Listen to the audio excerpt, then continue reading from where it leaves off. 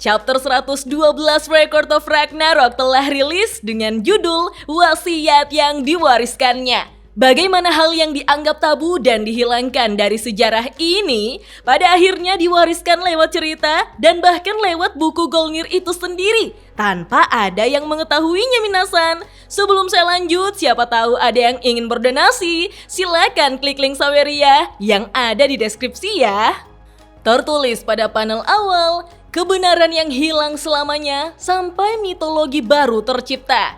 Diceritakanlah setelah Golnir kabur dari penjara para dewa primordial seperti yang telah diputuskan sebelumnya, para dewa primordial memutar sejarah palsu mereka yang baru dan mereka berhasil memalsukan sejarah keji sebelum Gleipnir. Bisa dilihat, keenam dewa primordial berkumpul dan memasukkan energi kehidupan mereka lagi pada sebuah bola kristal yang akan menyebarkan pemikiran cuci otak baru lewat rune yang mencapai kepala para dewa yang sedang membajak sawah. Sudah jadi dewa sekalipun harus kerja ya, Cin. Ingatan para dewa pun telah tertimpa. Keberadaan Yggdrasil dan segala sesuatu yang berhubungan dengan mereka telah sepenuhnya dihapus dari dunia. Keenam dewa primordial yang berkumpul lalu membicarakan tentang sejarah palsu yang mereka buat telah berhasil. Di sini Izanagi kok tidak ada ya? Lalu satu-satunya masalah adalah Golnir yang menghilang. Kekuatan mereka tidak bisa menghapus ingatannya. Salah satu dewa mempertanyakan pada Eirin apa dia benar-benar tidak tahu di mana keberadaan suaminya itu. Eirin menjawab kalau dewa penemu agung Golnir bersembunyi, tak akan ada seorang pun, bahkan istrinya sendiri yang bisa menemukannya. Dia memang selalu seperti itu. Dewa lain menimpali kalau mereka membiarkannya, tidak ada yang tahu apa yang akan dia lakukan. Jadi mereka harus menemukannya apapun yang terjadi. Tiba-tiba, salah satu dewa yang memegangi bola kristal merasakan suatu reaksi dari dalam bola kristalnya. Dia berteriak, "Golnir, dia mendekat kemari!" Sontak, semua orang sangat terkejut mendengarnya. Dan benar saja minasan, segera setelahnya Golnir mendobrak pintu, tertawa senang karena dia tahu para dewa bisa merasakannya. Golnir menyapa mereka semua dengan ramah, lalu Eirin lantas berdiri menyambut Golnir, berlari padanya, dan saling berpelukan. Golnir menyapa istri tercintanya Eirin yang semakin cantik, sedangkan Eirin menangis atas kondisi suami tersayangnya yang penuh luka. Para dewa lantas berkerumun menyaksikan momen menyayat hati itu minasan.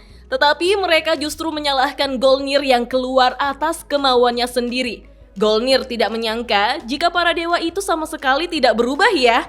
Mereka sesuram dan semerajuk seperti dulu. Golnir memang selalu berencana untuk keluar saat waktunya sudah tepat, jadi tidak perlu terburu-buru. Para dewa menanyakan kenapa Golnir keluar dari tempat persembunyiannya. Di dunia yang mereka ciptakan ini, keberadaan Golnir terlalu mengancam. Jadi, Golnir harus menghilang demi dunia yang damai ini. Para dewa pun tertunduk sedih minasan.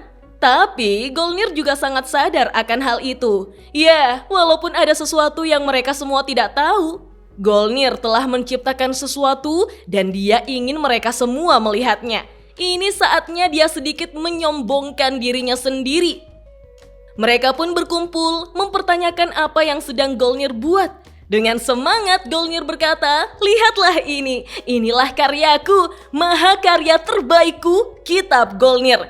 Aku telah mencatat semuanya di sini, aku mempercayakan buku ini pada masa depan." Tentu saja para dewa itu syok mendengarnya minasan. Golnir lantas mengeluarkan kekuatannya, mengatakan bahwa inilah saatnya dia menyelesaikan sentuhan terakhir.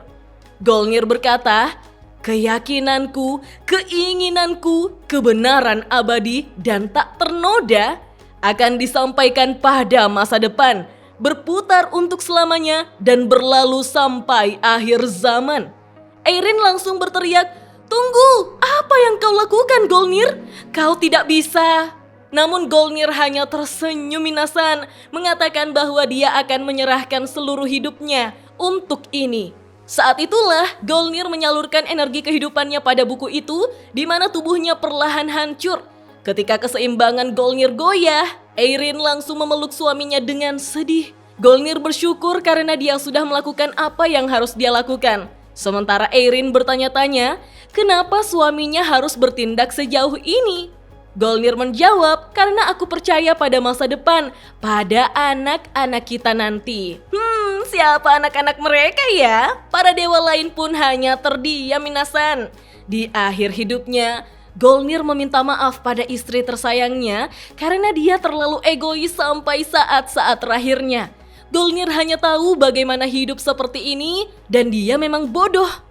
Eirin mulai menangis, mengatakan itu benar. Tapi kemudian Eirin merekahkan senyumnya, mengatakan bahwa itulah kenapa dia sangat mencintai Golnir. Ketika tubuh Golnir mulai sirna, dia justru tertawa karena begitulah istri tercintanya. Sekarang tubuh Golnir benar-benar tak bersisa, tertiup angin dan terbang pada kehampaan. Dia berkata, "Terima kasih untuk segalanya." Para dewa hanya terdiam menyaksikan Eirin yang menangis minasan. Lalu Eirin pun mulai membuka lembaran buku kitab Golnir. Seperti yang Golnir katakan, dia telah menuliskan semuanya. Penciptaan dunia ini, pembantaian Yggdrasil, Ragnarok, mekanisme Gleipnir, dan cara melepaskannya. Dan juga ada cerita tentang mereka semua serta teman seperjuangan mereka yang telah tiada.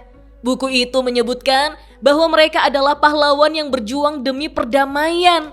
Eirin kembali menangis, begitupun para dewa yang tertunduk. Mereka tidak menyangka jika bagi Golnir itulah kebenarannya. Itulah kata-kata yang ingin Golnir ukir dalam sejarah dengan mengorbankan nyawanya sendiri.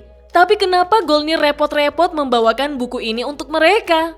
Eirin menjawab sambil tersenyum, bukankah dia sudah bilang pada mereka? Dia ingin menunjukkannya pada mereka agar dia bisa menyombongkan dirinya. Yah, dia selalu seperti itu kan? Kemudian salah satu dewa meminta maaf pada Eirin, mereka tidak bisa membiarkan buku itu ada. Buku itu harus dibakar. Waduh, kata-katanya nyelekit juga ya minasan, main bakar-bakar aja. Dengan lirih, Eirin menjawab, "Yah, aku mengerti."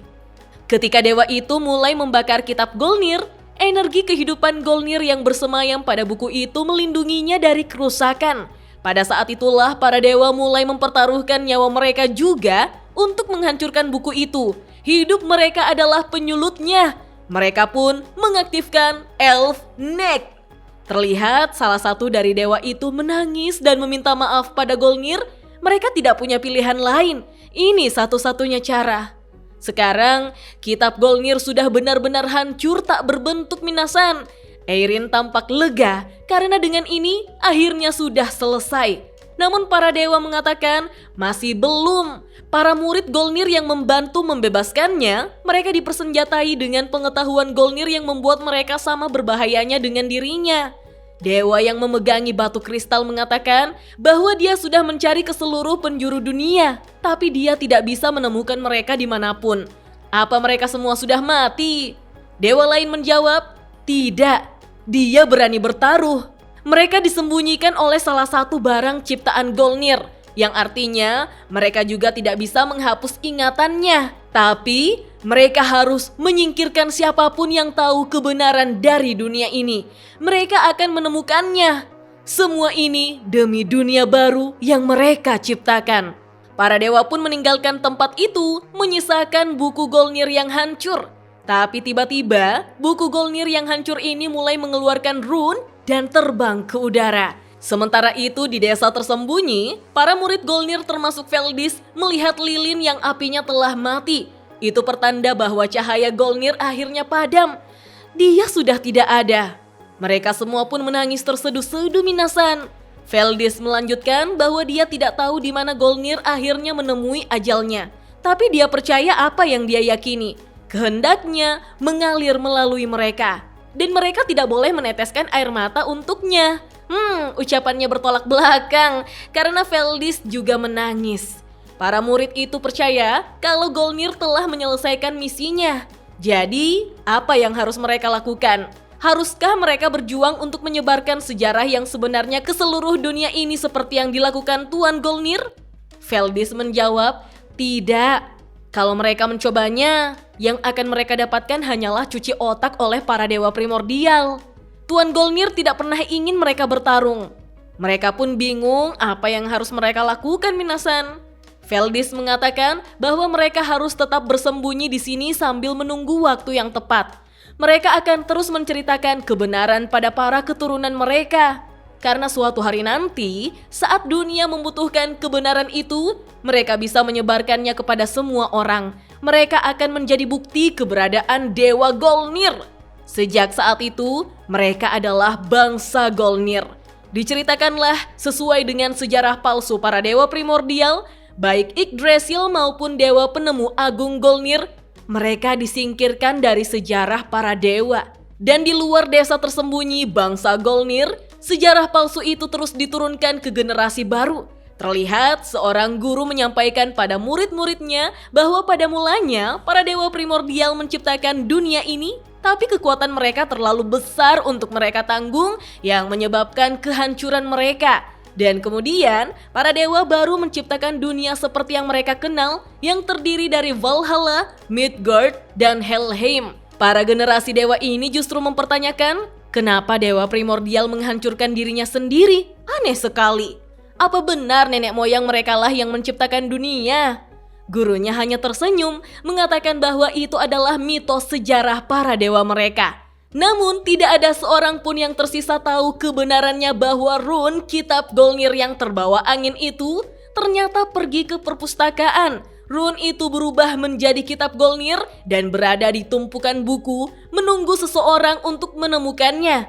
Dan setelah berabad-abad berlalu, tirai terbuka pada tragedi yang mengerikan. Di desa tersembunyi ada seorang anak kecil yang memanjat ke sisi jendela ruangan Veldis tua. Veldis tersenyum menyambutnya, di mana anak itu sudah membawakan sesuatu yang paman Veldis inginkan. Ternyata itu adalah sake.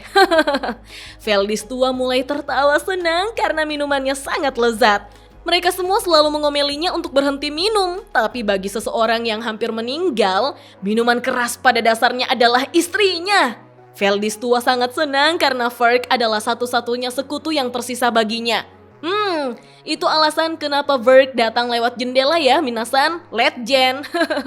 Verk langsung mengomel karena Veldis masih kuat, dia belum boleh mati. Verk akan terus membawakan Veldis alkohol, jadi cepat ceritakan soal Dewa Golnir sang penemu agung lagi. Ternyata Veldis sudah berulang kali menceritakan kisah Dewa Golnir padanya. Verk menyukai kisah itu karena Golnir menciptakan teknik terlarang yang terkuat untuk menyelamatkan dewa lainnya. Dia dewa terkeren yang pernah ada. Nah, Verk inilah yang nanti dikenal sebagai Odin, sang dewa tertinggi mitologi Nordik. Dia adalah dewa muda tanpa nama dan semuanya berawal dari hatinya yang murni.